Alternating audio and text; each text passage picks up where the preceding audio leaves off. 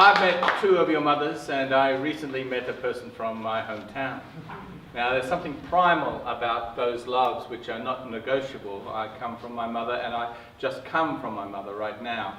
She's on the way out, and she's reconciled to leaving. But I'm a Queensland boy, full of Queensland joy. Squeeze me, oh man, go and squeeze this watermelon, man. I got rock melon, I got passion, fruit me, ripe me, sugar cane me, coal go Japan, you know, I go dolcu. I do as the government tells me to. I don't need daylight savings. I'm free to be a giant strawberry, giant pineapple, giant skin cancer. I'm a Queenslander.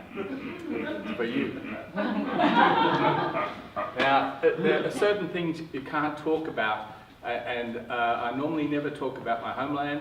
And I never talk about in Australian dialect because Texas is adamant that Texas is all there is. There's only one star in the sky for Texans.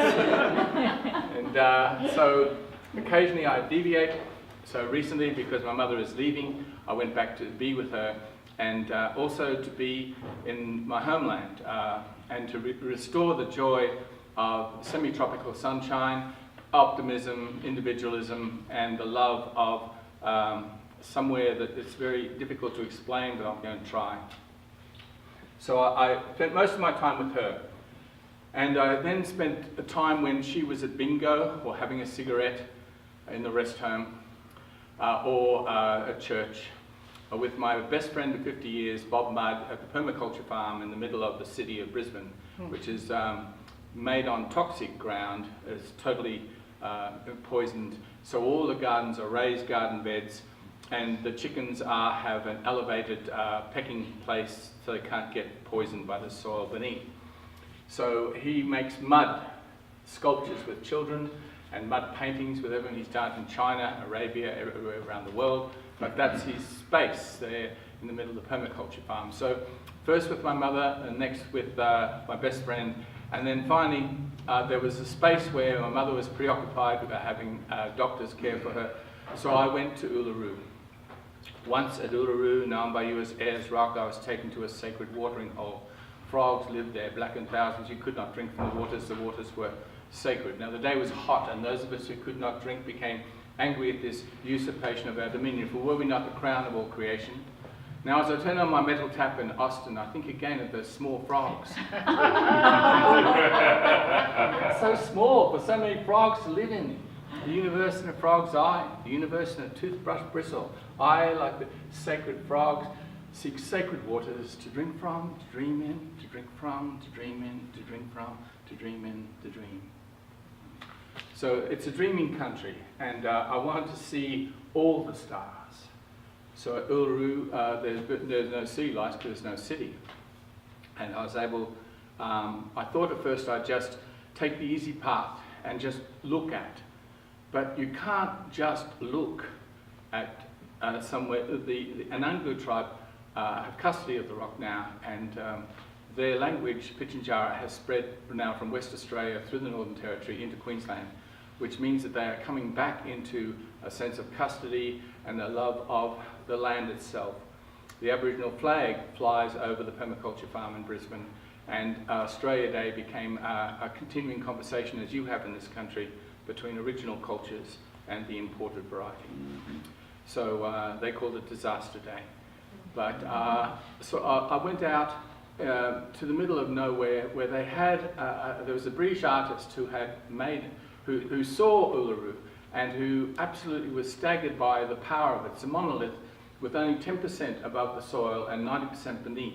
It's been there something like 500 million years, and it's one of the oldest parts of the planet from the times of Pangaea. So respect for our elders. I first was going to just look, but something took me off the bus and I started to walk. Now to walk around Uluru normally takes you 3.5 hours because it's so large.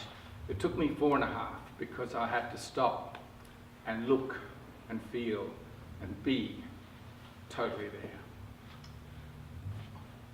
It's hard to explain how the land has a power and a magic and a love which is not mortal, not limited by time or space, but is itself worthy of beaming this energy that somehow constantly changes colour according to the effect of light upon the surface.